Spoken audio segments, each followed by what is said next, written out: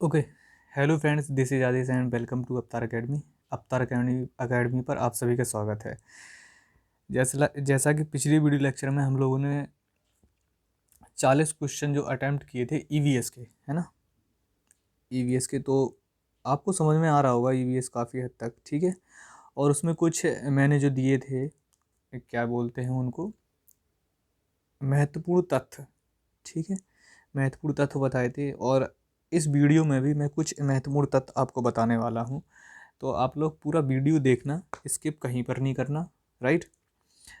अगर आप स्किप करते हैं तो आपका ही नुकसान है इसमें। अगर आपको बेनिफिट लेना है, वीडियो का फ़ायदा लेना है, तो देखते रहना पूरा। और कहीं पर भी वीडियो को स्किप नहीं करना, इस पर यानी कि कहीं पे छोड़ना नहीं है आपको, ठीक है। तो चलिए पहला क्वेश्चन मैं आपको सॉल्व कराता हूँ। पहला क्वेश्चन हमारा है, ये यहाँ पर कट कर देता हूँ। पहला क्वेश्चन है, पर्यावरणीय असंतुलन का कारण है, क्या कारण हो सकता है। तो पहला ऑप्शन में जो दिया गया है, पर्यावरणीय चेतना का अभाव, भौतिकवादी का सोच, भोगवादी प्रवृत्ति, और इनमें से सभी। तो देखिए, सबसे पहले तो पहले ऑप्शन के ऊपर हम लोग डिस्कस करते हैं, पर्यावरणीय चेतना का अभाव।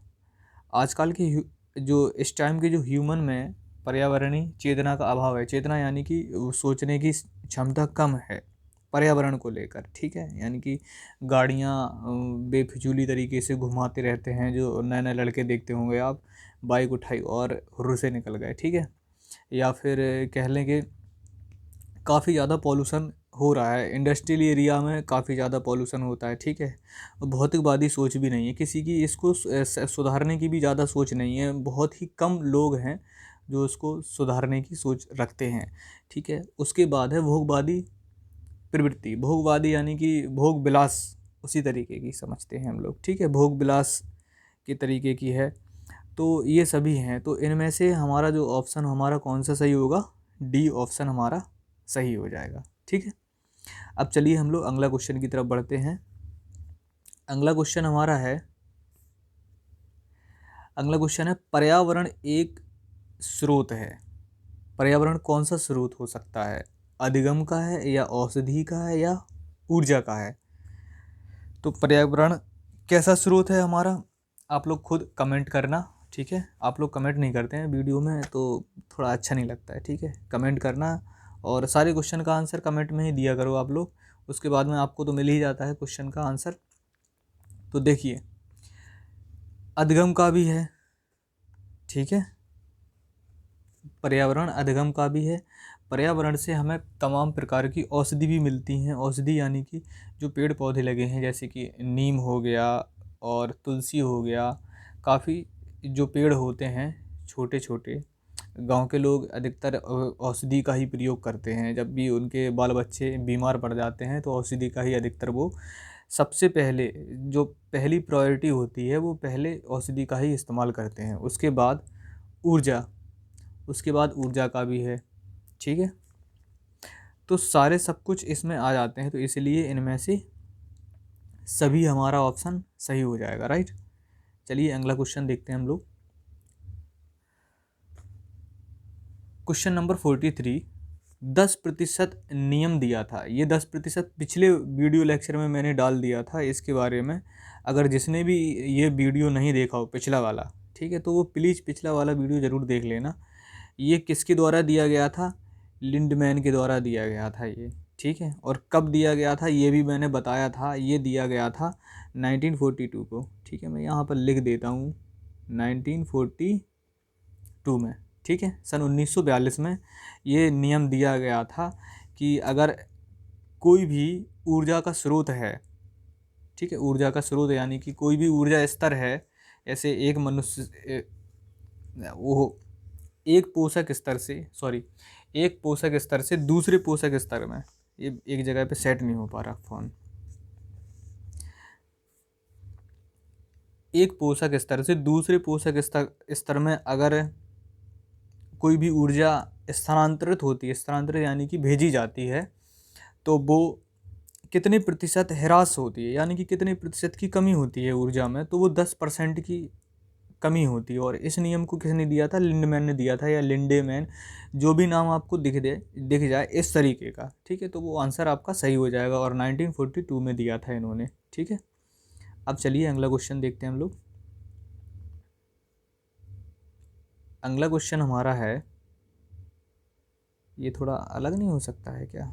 इस तरीके से नीचे ये आ रहा है, चलिए रहने देते हैं। 44 क्वेश्चन है, 44। तो इसमें क्या लिखा है? जैविक पर्यावरण में शामिल है। जैविक पर्यावरण में शामिल कौन कौन सा है? उत्पादक है, या उपभोक्ता है, या अपघटक है, या सभी है? तो देखिए, उत्पादक भी हो सकता नहीं, होता ही है, क्योंकि उत्पादक भी मैंने आपको पढ़ाए थे। और लास्ट में बताऊंगा उत्पादक क्या होते हैं, अपघटक क्या होते हैं, ये भी चीज़ विथ डायग्राम के साथ, ठीक है। उनकी मैंने फ़ोटो खींच रखी है, जो मैंने प्रिंट करे थे अपने नोट्स, उनके सारे मैं फ़ोटो लेके रखा हूँ अपने पास।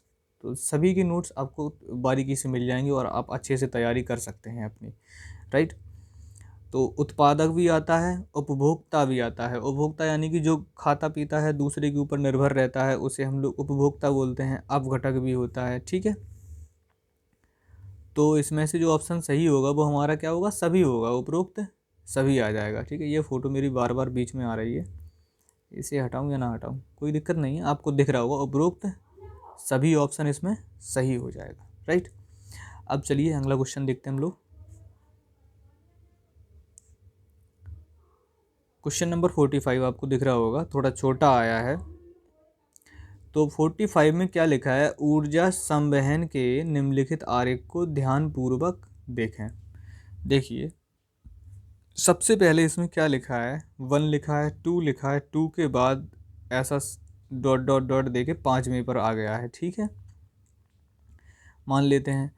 अब देखो, उपर्युक्त आरेख के आधार पर, उपर्युक्त आरेख जो बना हुआ है, आरेख यानी कि ये जो चित्र बना हुआ है आपका, इसे क्या बोल दिया है? आरेख बोल दिया है। उपर्युक्त आरेख के आधार पर कौन सा विकल्प सही है हमारा, ठीक है। तो सबसे पहले हम लोग क्या देखेंगे? बकरी आई थी, दूसरे नंबर पर क्या होना चाहिए? इसमें बकरी है, ठीक है। दूसरे नंबर पे इसमें सूर होना चाहिए। इसमें क्या लिखा है? पहले नंबर पर सूर होना चाहिए, पहले नंबर पर भी सूर होना चाहिए, ठीक है। सबसे पहले कुछ हम लोग, एक मैं आपको डायग्राम बताता हूँ, उसके हिसाब से हम लोग क्या करेंगे? सॉल्व कर लेंगे, ठीक है। तो देखो, सबसे पहले जो आया था आपका, वो है आपका ऊर्जा का जो स्रोत है वो क्या है? सूर्य है। सबसे पहले क्या है आपका? हाथ आ रहा बीच में यार। सबसे पहले जो ऊर्जा का स्रोत है वो क्या है? कट गया।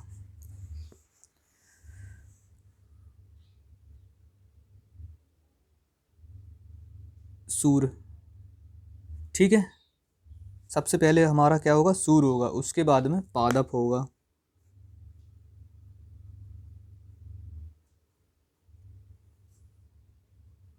ठीक। उसके बाद में क्या होगा? शाकाहारी जीव होंगे। एस जी लिख देता हूँ, उस एस फॉर शाकाहारी, जी फॉर जीव, ठीक है। शाकाहारी जीव। फिर क्या होंगे इसके बाद में? मांसाहारी जीव होंगे, एम जी लिख देता हूँ इनको, ठीक है। ये एम जी वो गाने वाला एम जी नहीं होगा, मिलिंद गावा। ये मांसाहारी जीव के बारे में मैंने शॉर्ट फॉर्म में लिख दिया है इसको, ठीक है। और लास्ट में क्या होंगे? अपघटक होंगे, ठीक है, अपघटक, एपी करके लिख देता हूँ। तो सबसे पहले क्या होना चाहिए? सूर होना चाहिए, ठीक है। देखो, सूर होगा, उसके बाद में पादप, यानी कि जो पेड़ पौधे होते हैं, छोटे छोटे हरी घास वगैरह जो होती है वो होंगे आपके, राइट। उसके बाद आपका इसके बाद जो हरी घास होगी, हरी घास को कौन खाएगा? हरी घास को खाएगा बकरी, ठीक है। हरी घास को बकरियाँ खाती हैं, तो हरी घास को जब बकरी खाएगी तो बकरी होगा इसमें। फिर उसके बाद में एम जी, एम जी यानी कि मांसाहारी। बकरी को कौन खाएगा? मांसाहारी जीव ही तो खाएंगे ना। तो मांसाहारी, ये ऐसा नहीं कह देना सर हम भी बकरा खाते हैं, तो आप तो सर्वाहारी हैं ना, आप भी सर्वाहारी में आते हैं, मांसाहारी और शाकाहारी दोनों में आते हैं। तो कोई नो डाउट, इस पर भी आप लोग आ सकते हैं, ठीक है। पादप के बाद आप भी आ सकते हैं, क्योंकि पेड़ पौधे भी हम लोग खाते हैं ना, ठीक है।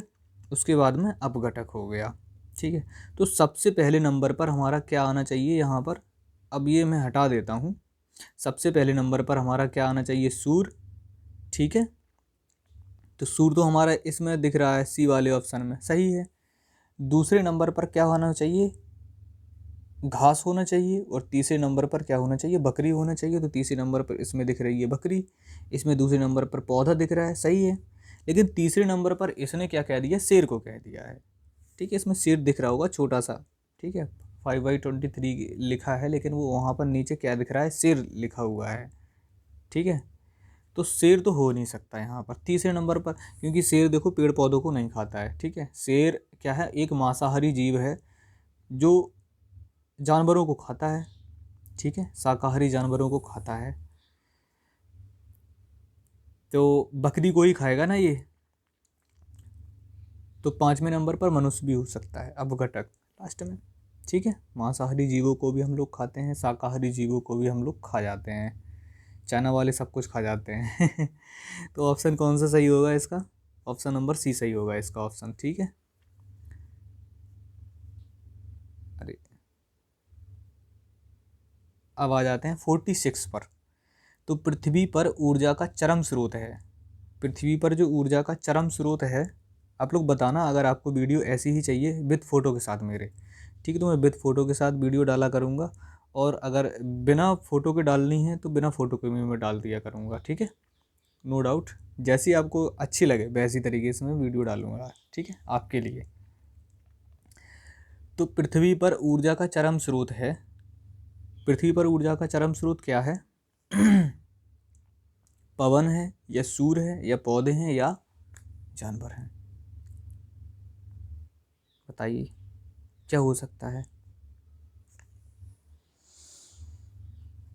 चरम स्रोत क्या है, चरम स्रोत आपका होना चाहिए सूर्य।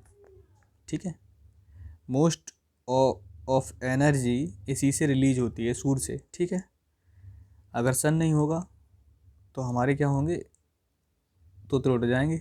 ठीक है, हड्डियां कमज़ोर पड़ जाएंगी। सबसे पहले तो जो विटामिन डी है वो हमें नहीं मिलेगी।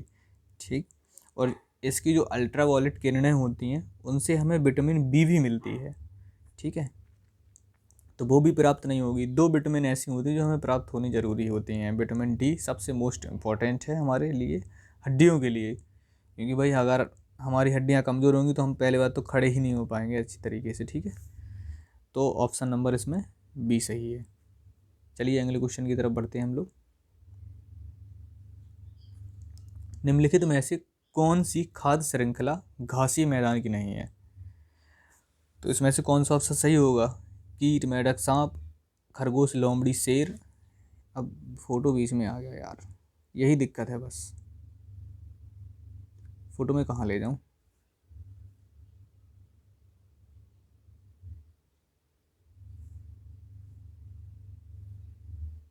ऊपर लगा देता हूँ। ठीक है, तो देखिए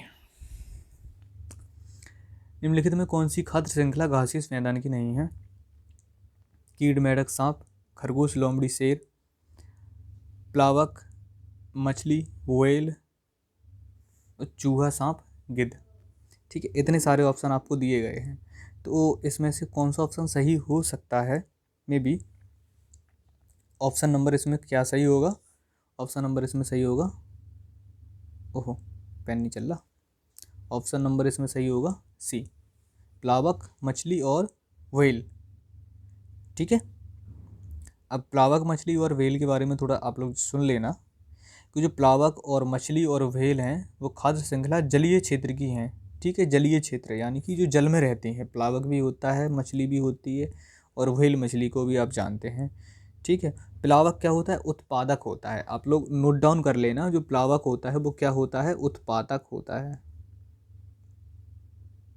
उत्पादक, राइट। तो प्लावक क्या होता है, उत्पादक होता है। ठीक, और मछलियाँ क्या होती हैं, छोटी छोटी जो मछली होगी प्लावक, यानी कि आप देखते होंगे जब समुद्र में कोई भी वीडियो आप चलाते होंगे इंटरनेट पर, तो समुद्र में छोटी छोटी घास दिखाई देती होगी आपको। ठीक है, वो छोटी छोटी घास जो आपको दिखाई देती है उसी को हम लोग बोल देते हैं प्लावक। ठीक है, प्लावक। और जिसे जो छोटी छोटी मछलियाँ खाती हैं तो वो क्या हो गई, प्राथमिक उपभोक्ता हो गई। पहली उपभोक्ता, पहली श्रेणी की उपभोक्ता क्या हो गई, छोटी छोटी मछलियाँ। और छोटी मछलियों को कौन खाता है, बड़ी मछली खाती है समुद्र में, ठीक है, तो वो द्वितीय श्रेणी की उपभोक्ता हो गई है। और बड़ी मछलियों को कौन खा जाता है, व्हेल मछली खा जाती है, शार्क नहीं कह देना यार, ठीक है, शार्क भी खा जाती हैं। तो व्हेल मछली हो गई। तो व्हेल मछली क्या है, अंतिम, यानी कि तीसरा, अंतिम नहीं कह सकते हैं, तीसरा उपभोक्ता हो गया, ठीक है। तो इसमें से कौन सा सही होगा, खाद्य श्रृंखला घासी मैदान की नहीं है, घास वाली मैदान की नहीं है, ठीक है, घास वाली मैदान की यानी कि जो ज़मीन पर रहने वाली है वो मैदान की नहीं होनी चाहिए। जल वाली मैदान की है ये जल वाले की है, इसलिए टिक लगाया है इस पर। क्योंकि देखो घास, ज़मीन पर कौन रहता है, ज़मीन यानी कि घास पर कौन रहता है, कीट पतंगा रहते हैं, मेढक रहता है, सांप रहते हैं, ठीक है, खरगोश, लोमड़ी, शेर भी रहता है, चूहा, सांप, गिद्ध भी रहते हैं। लेकिन आपका मछली तो रहेगी नहीं, क्योंकि मछली चल गई रानी है, ठीक है, वो जल में ही रहेगी। तो घासीय श्रृंखला में नहीं आ सकता ये चीज़, ठीक है। डाउट क्लियर हो गया आपका।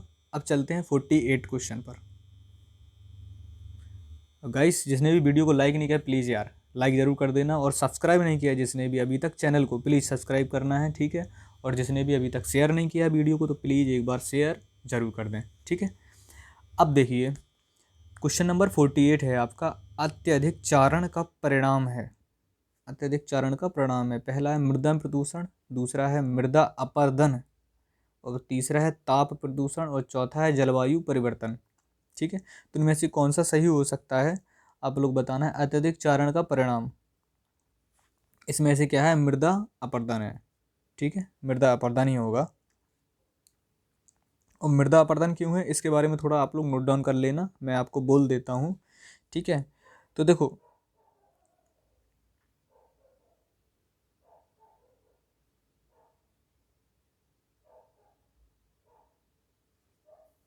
जब भी आप देखते होंगे जैसे हवा चलती है, ठीक है, हवा चलती है और क्या बोलते हैं,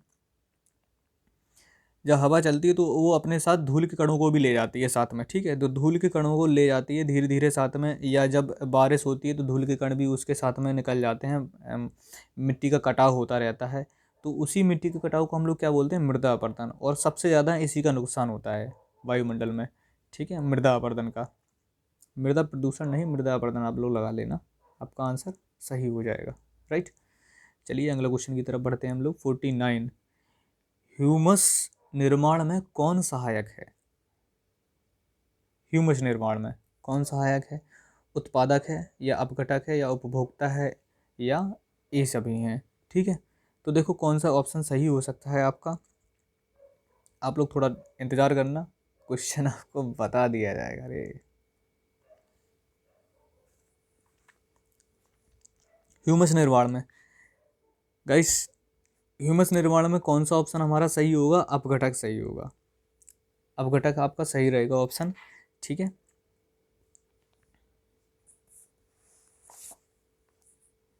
चलिए अगले क्वेश्चन की तरफ बढ़ते हैं, क्योंकि अपघटक जो होते हैं वो ह्यूमस का निर्माण करते हैं, यानी कि उनकी सहायता करते हैं। क्वेश्चन नंबर 50, वनों के कटाव के प्रमुख, एक मिनट यहाँ पर देख लेता हूँ कितने मिनट की वीडियो रिकॉर्ड हो गई है, 18 मिनट की, राइट। चलिए, तो वीडियो काफ़ी लंबी हो सकती है लेकिन आप लोग इंतज़ार करते रहना, पूरी स्किप मत करना है यहाँ पर, ये भी पीछे से चालू हो जाता है कभी कभी।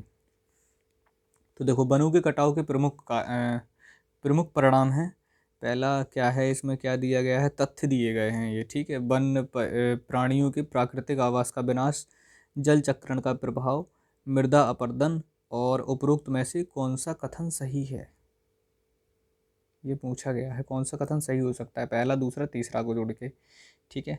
तो पहला, वनों के कटाव के प्रमुख कारण कौन कौन से हो सकते हैं, थोड़ा सोचो आप।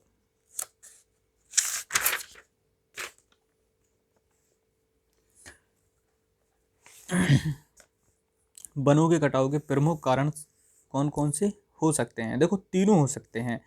सबसे पहले तो जो वन्य प्राणियों के प्राकृतिक आवास का विनाश कर रहे हैं, जो हम लोग हैं, हम ही लोगों ने किया है, वन्य प्राणियों के प्राकृतिक आवास, यानी कि जो शेर जब जंगल में रहता है या और भी जंगली जानवर हैं, उनके आवासों को हम लोग क्या कर रहे हैं, ख़त्म करते जा रहे हैं। तो उनकी जो प्रजातियां हैं वो भी विलुप्त होती चली जा रही हैं। ठीक है।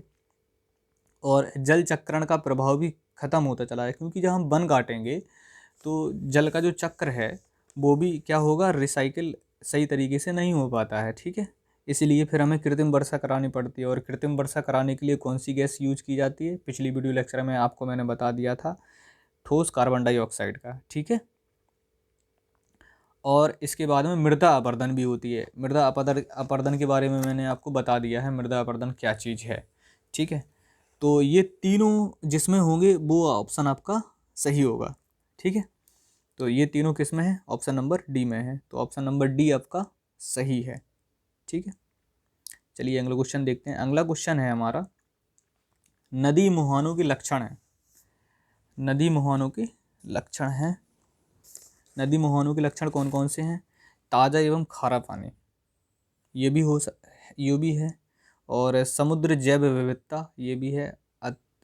क्या लिखा है, अधिक उत्पादकता, ये भी है। तो इसमें से कौन सा ऑप्शन सही होगा? ऑप्शन नंबर डी सही होगा। सभी सही होंगे। ठीक है। क्योंकि देखो नदी मुहाने में जो सारे लक्षण पाए जाते हैं, खारा पानी भी होता है, ताज़ा पानी भी होता है, समुद्र जैव विविधता होती है, छोटा समुद्र की तरह होता है नदी। ठीक है। और अधिक उत्पादक भी होता है। जहाँ से ये निकलती है मान के चलिए, अगर जहाँ से नदी निकलती है वहाँ की जो मिट्टी होती है बहुत ही उपजाऊ होती है, उत्पादक होती है। ठीक है। तो अधिक उत्पादकता भी होती है। तो ये सभी इसमें आ जाते हैं। क्वेश्चन नंबर 52, खाद्य श्रृंखला द्वारा घातक रसायनों की निरंतर बढ़ती मात्रा कहलाती है। क्या कहलाती है? पारिस्थितिकी संतुलन, जैव सांद्रण, खाद्य स्तर और जैव अपघटन। इसमें से कौन सा ऑप्शन हमारा सही होगा? इसमें से हमारा कौन सा सही होगा? ऑप्शन नंबर बी सही होगा, जैव सांद्रण। ठीक है। अब जैव सांद्रण के बारे में हम लोग थोड़ा डिस्कस कर लेते हैं। जैव सांद्रण होता क्या है?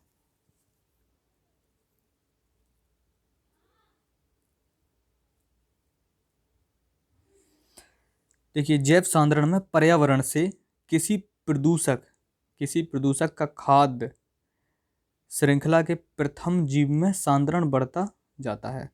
ठीक है। आप लोग इतनी नोट कर लेना, जिसको नहीं समझ में आए वो कमेंट कर देना, फिर से आपको बता दिया जाएगा अच्छी तरीके से।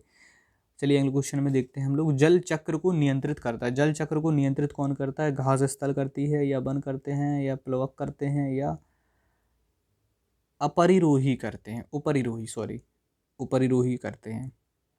ठीक है।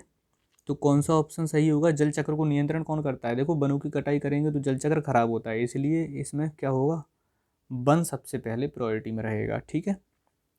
वन सबसे ज़्यादा, घास स्थल नहीं होती है। घास से देखो जल इतनी जल्दी नहीं बन सकता है, घास से कहाँ से बन जाएगा। ठीक है। प्लवक नहीं हो सकता है, अब अपरिरोही नहीं हो सकता है, लेकिन वन है। ठीक है। अब चलिए अगला क्वेश्चन देखते हैं हम लोग। पेड़ों की कटाई घटाती है। पेड़ों की कटाई घटाती है, किसको घटाती है? वर्षा को घटाती है, मृदा अपरदन को घटाती है, भूस्खलन को घटाती है, या ये सभी को घटाती है? तो देखिए, पेड़ों की जो कटाई अगर होगी तो सबसे नुकसान ज़्यादा क्या होगा? देखो, मृदा अपरदन को तो वो बढ़ा देती है। अगर पेड़ों की हम जितनी ज़्यादा कटाई करेंगे मृदा का अपरदन होगा, उतना ज़्यादा भूस्खलन भी होगा। ठीक है। तो इनकी तो मात्रा हमेशा बढ़ रही है ना, इन दोनों की। ठीक है। लेकिन इसकी कमी हो जाएगी, वर्षा की कमी हो जाएगी। तो ऑप्शन नंबर ए हमारा सही हो जाएगा। पेड़ों की कटाई से क्या चीज़ घटती है? वर्षा। ठीक है। 55, निम्न में से कौन पर्यावरण के लिए हानिकारक है? तो निम्न में से कौन है जो पर्यावरण के लिए हानिकारक है?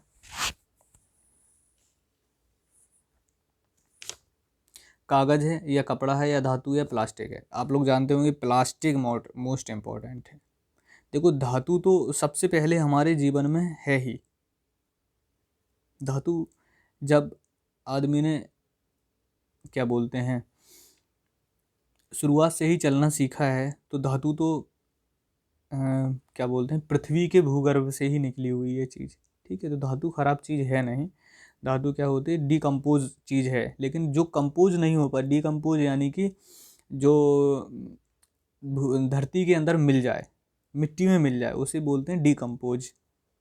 ठीक है। कागज़ भी है, कागज़ को अगर हम फाड़ के फेंक देंगे तो कुछ दिनों बाद वो सड़ गल जाएगा और मिट्टी में मिल जाएगा, यानी कि वो डिकम्पोज हो जाएगा। कपड़ा भी है, कपड़ा भी अगर हम फाड़ के फेंक देंगे, काट के फेंक देंगे, तो क्या होगा, वो भी डिकम्पोज हो जाता है। लेकिन प्लास्टिक क्या है, ये सदियों तक चलने वाला चीज़ है भाई। प्लास्टिक अगर हम फेंक देंगे तो डिकम्पोज इतने जल्दी हो नहीं पाता है। समुद्र इसीलिए ख़राब हो रहे हैं आज, हमारे जो हैं जितने भी समुद्र हैं, जो मछली हैं, जलीय पर्यावरण हमारा सबसे ज़्यादा ख़राब हो रहा है इसी की वजह से। ठीक है। तो प्लास्टिक को सबसे कम यूज करना है, और इसमें जो ऑप्शन होगा, सबसे ज़्यादा हानि पर्यावरण को किससे है, प्लास्टिक से है। ठीक है। तो इसमें जो ऑप्शन हमारा क्या होगा, डी सही होगा। राइट। चलते हैं 56 क्वेश्चन पर। आसपास के वातावरण में पशुओं और पौधों के संबंध के अध्ययन को क्या कहते हैं, परिस्थिति विज्ञान कहते हैं, या निर्जाति विज्ञान कहते हैं, वंशावली विज्ञान कहते हैं, प्रतिभा शास्त्र कहते हैं। ये डिफरेंट आ गया, ये क्वेश्चन में अभी पूछा नहीं गया है, लेकिन ये आ सकता है आपका। ठीक है। इस तरीके का क्वेश्चन आपका आ सकता है, तो इसके लिए भी आप तैयार रहना। देखो इसका ऑप्शन कौन सा सही होगा, परिस्थिति विज्ञान। ठीक है। परिस्थितिक विज्ञान होता है जिसमें कि पशुओं और पेड़ पौधों के संबंध में अध्ययन किया जाता है। ठीक है। 57 है, इकोलॉजी शब्द की रचना किसने की। अभी शुरुआत में पिछले वीडियो लेक्चर में मैंने इकोलॉजी के बारे में बताया था। ठीक है। इकोलॉजी शब्द की रचना किसने की है, तो आप लोग जानते होंगे इकोलॉजी शब्द की रचना किसने की है, अर्नेस्ट हेकेल ने की है। ठीक है। अर्नेस्ट हेकेल ने की है।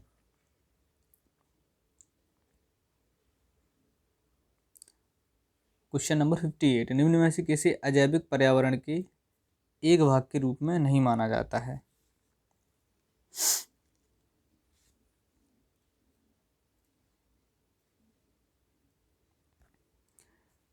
पिछला वाला क्वेश्चन के बारे में थोड़ा डिस्कस कर लेते हैं हम लोग। ठीक है।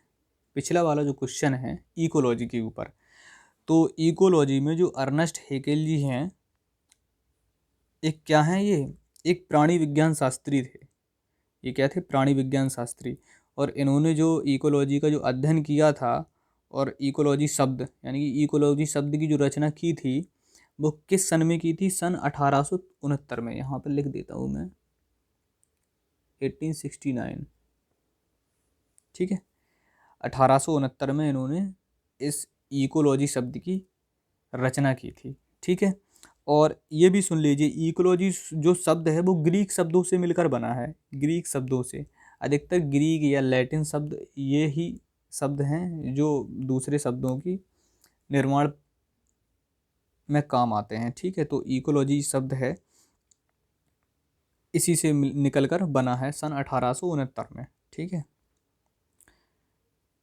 और इकोस इकोलॉजी का जो होता है शाब्दिक अर्थ, सबसे पहले तो इकोलॉजी ऐसी लिखी जाती है, देखो ई करके लिखा जाता है ऐसा, इकोलॉजी। ठीक है। इस तरीके से लिखा जाता है, लेकिन हमें इस तरीके से बताना नहीं है। ठीक है। अब इसका थोड़ा अलग अलग से देख लेते हैं कैसे क्या है इसका। तो इकोलॉजी जो है वो किस किस से मिलकर बना है, ये बना है IOIKAS। ठीक है। इसका मतलब होता है घर। और लॉगी यानी कि लोगोस, लोगोस का अर्थ अब आप सभी लोग जानते होंगे जिन्होंने अभी तक साइकोलॉजी नहीं पढ़ी है। तो साइकोलॉजी में स्टार्ट करने वाला हूँ जल्दी। लोगोस का अर्थ होता है अध्ययन, यानी कि टू स्टडी, टू स्टडी यानी कि अध्ययन। ठीक है। टू अध्ययन, तो घर का अध्ययन होता है इकोलॉजी। अब क्वेश्चन नंबर 58 पर आते हैं। निम्न में से किसे अजैविक पर्यावरण के एक भाग के रूप में नहीं माना जाता है, पौधे को, वायु को, पानी को और मिट्टी को। तो किसे नहीं माना जाता है इसमें, पौधे को नहीं माना जाता है अजैविक पर्यावरण के एक भाग के रूप में, क्योंकि ये जैविक है, ये इसके अंदर भी जीवन है। ठीक है, अजैविक नहीं है। क्वेश्चन नंबर 59, और ये लास्ट क्वेश्चन आपका होने वाला है। इसके बाद में कुछ एक एक लाइन वाले आपको कुछ क्वेश्चंस आपको दिए जाएंगे जो आपके लिए मोस्ट इम्पॉर्टेंट रहने वाले हैं। तो 59 है क्वेश्चन, और जिसने भी वीडियो को अभी तक लाइक नहीं किया लाइक कर लेना, और जिसने भी सब्सक्राइब नहीं किया प्लीज़ इसको सब्सक्राइब करना है चैनल को, ठीक है। तो जीवाणु के वातावरण के जीवित भाग को क्या कहते हैं? अजैविक कारक कहते हैं, आवास कहते हैं, जैविक कारक कहते हैं, आजीवित कारक कहते हैं।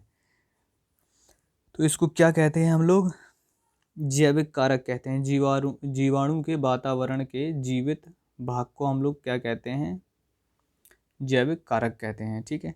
अब चलिए आगे देखते हैं हम लोग कुछ इम्पोर्टेंट तथ्य, यानी कि सोनमर्ग है, सोनमर्ग कहीं पे लिखा जाएगा या गुलमर्ग लिख के आ जाएगा कहीं पर। तो ये क्या है? जम्मू कश्मीर का एक हिस्सा है। घास के मैदान के बारे में हम लोगों ने पहले वीडियो लेक्चर में डिस्कस किया था, ठीक है। उसके बाद मैं डाल नहीं पाया, लेकिन मैंने सोचा अब डाल देता हूँ आपको, ठीक है। तो ये रहे सारे आपके सवाल। और देखो, सोनमर्ग अगर कहीं पे लिखा आ जाए, सोनमर्ग या गुलमर्ग, सोनमर्ग या गुलमर्ग, तो वो कहाँ का घास क्षेत्र है? जम्मू कश्मीर का।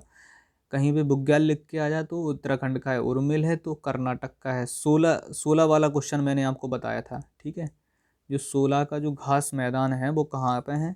ऑप्शन मैंने इसमें दिया था पश्चिम घाट, पश्चिमी घाट दिया था ना। कहीं कहीं पे महाराष्ट्र भी लिख के आ जाएगा तो महाराष्ट्र आप लगा देना, नो डाउट आपका क्वेश्चन आपका सही होगा, ठीक है। बन्नी घास, बन्नी घास, बन्नी घास में क्या लिख के आ जाएगा? कच्छकरण या गुजरात, क्योंकि कच्छकरण कहाँ पर है? गुजरात में ही तो है ना कच्छकरण, ठीक है। तो ये ऑप्शन भी आपका सही होगा। और खज्जर चंबा क्या है? हिमाचल प्रदेश का है, ठीक है। आगे देखते हैं, आगे एक और, ये मैंने बताया था ना कि मैं आपको फ़ोटो बढ़िया तरीके से दूंगा इसकी, ठीक है। तो देखो, सबसे पहले क्या है? सबसे पहले कौन आया है? सबसे पहले क्या है? सबसे पहले हम लोग क्या पढ़ते हैं? उत्पादक को पढ़ते हैं। उत्पादक के बाद जो प्राथमिक उपभोक्ता होता है वो क्या होता है? टिड्डा होता है, ठीक है। ये सारी क्या है प्रक्रिया, किसके अंतर्गत आती है? सूर्य की उपस्थिति में होती है ये सारी प्रक्रिया, ठीक है, क्योंकि सूर्य की रोशनी तो सभी के लिए इम्पोर्टेंट है ना। तो टिड्डा को कौन खाता है? दूसरे नंबर पर मेढक खाता है, और तीसरे नंबर पर मेढक को कौन खाता है? सांप खाता है। और सांप को कौन खाता है? चील खाता है। चील कह लो या बाज कह लो, कुछ भी कह लो, ठीक है, कहीं कहीं पे चील कह देते हैं। तो ये हो गया अंतिम उपभोक्ता। अब जब चील मर जाता है तो चील को कौन खाता है? चील को कौन खाता है? छोटे छोटे कीटाणु खाते हैं या उसके ऊपर फंगस उग जाते हैं, ठीक है। तो ये क्या होगा? कवक या अपघटक, इसी को ही अपघटक बोलते हैं। लास्ट में ये ऑप्शन जो है, और इसके पीछे एक कुछ आया है, इसके पीछे था एक कि क्वेश्चन आया था, और मैंने इसके बारे में डिस्कस भी किया था पहले वीडियो में आप लोग देख लेना। क्वेश्चन नंबर 5वां होगा आपका, ठीक है। तो उसमें मैंने बताया था कि अगर ऑप्शन में जैसे क्वेश्चन था कि घास भूमि क्षेत्र के परितंत्र की खाद्य श्रृंखला में सबसे उच्च स्तर पर उपभोक्ता कौन होते हैं? तो सबसे उच्च स्तर पर क्या आते हैं? मांसाहारी आते हैं। लेकिन अब जो हाई कोर्ट है, इलाहाबाद हाई कोर्ट, उसने क्या माना है? सबसे ऊपर, यानी कि अब जब मांसाहारी होंगे तो मांसाहारी के बाद तो कोई ना कोई आएगा ना, वो मर जाएंगे, तो क्या होगा? वो अपघटक होंगे। तो उन्होंने क्या माना है? अपघटक। और अपघटक को उन्होंने लिख दिया था जीवाणु, यानी कि वो मर जाते हैं तो उन्हें कौन खाता है? जीवाणु खाते हैं। तो अगर आपको जीवाणु लगे तो उस पर जीवाणु पे टिक लगाना है आप, ठीक है, क्योंकि इलाहाबाद हाई कोर्ट ने ये माना था आपका, नहीं तो ऑप्शन आप मतलब क्वेश्चन आपका गलत हो जाएगा, ठीक है। लास्ट में आप लोग क्या मानेंगे? आप लोग लास्ट में मांसाहारी को नहीं मानेंगे, आप लोग लास्ट में मानेंगे अपघटक को, यानी कि कवक वगैरह होंगे या जीवाणु वगैरह होंगे, उन्हें आप लोग मानेंगे, राइट। चलिए आगे ये डायग्राम और देख लेते हैं। देखो, सबसे पहले क्या आता है? उत्पादक आता है, प्राथमिक उपभोक्ता, ठीक है, उत्पादक आता है, फिर कीड़ा वगैरह है, सांप वगैरह है, मोर वगैरह है, ठीक है, ऐसे हैं। तो इसमें डायग्राम ये 2-3 तरीके से मैंने आपको दिखाने की कोशिश की है, जिस तरीके से आपको समझ में आ जाए। और ये पिरामिड है, पिरामिड टाइप का बना है ये। तो पिरामिड कैसा है, सीधा है, ठीक है। तो पिरामिड कैसा है, इसमें सीधा जा रहा है, ऊपर की ओर इंगित कर रहा है, ठीक है। तो बस, और लास्ट वाला, हाँ लास्ट में और है ये, सभी उपभोक्ताओं में कौन सा गुण पाया जाता है, परपोषी गुण। जितने भी उपभोक्ता होते हैं एक दूसरे के ऊपर निर्भर होते हैं, उनमें क्या होता है, परपोषी। परपोषी का मतलब दूसरे के ऊपर निर्भर रहना। तो परपोषी गुण होते हैं उनके अंदर, ठीक है। और द्वितीय उपभोक्ता किसे कहते हैं, परपोषी उपभोक्ताओं, उपभोक्ता जंतुओं को कहते हैं, ठीक है, दूसरे नंबर पर।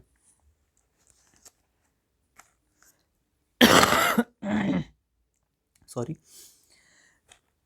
और आगे क्या लिखा है, वे जंतु जो दूसरे जंतुओं का शिकार करके अपना भोजन प्राप्त करते हैं क्या कहलाते हैं,